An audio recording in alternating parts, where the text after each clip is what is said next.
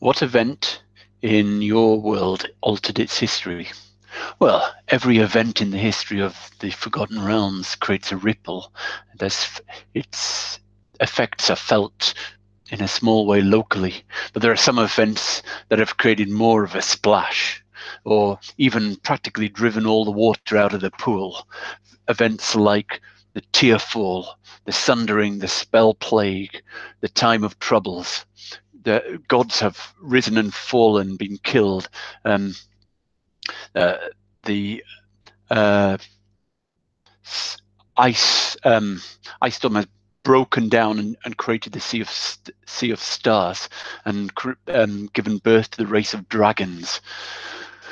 But in all the history, the long and troubled history, the waters have been moved, but sort of returned to a settled position. And recording those histories are the scribes of Candlekeep, and the weight of what they have recorded there warps the nature of the fabric of reality around Candlekeep and opens up gates to other planes. So dead scholars, wander in through these dusty book-lined halls, studying for the rest of eternity what is written there, and even they will not have time to read it all. But history is not merely the recording, but the interpretation of what has happened. And this is perhaps one of the most noble struggles in existence. It is a struggle of mortals to understand the incomprehensible, because there are things out there that were not meant to be understood.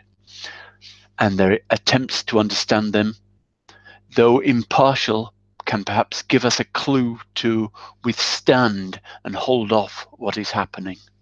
And with that in mind, let me choose one story, one attempt to explain what is happening in the universe, one attempt to explain the unexplainable.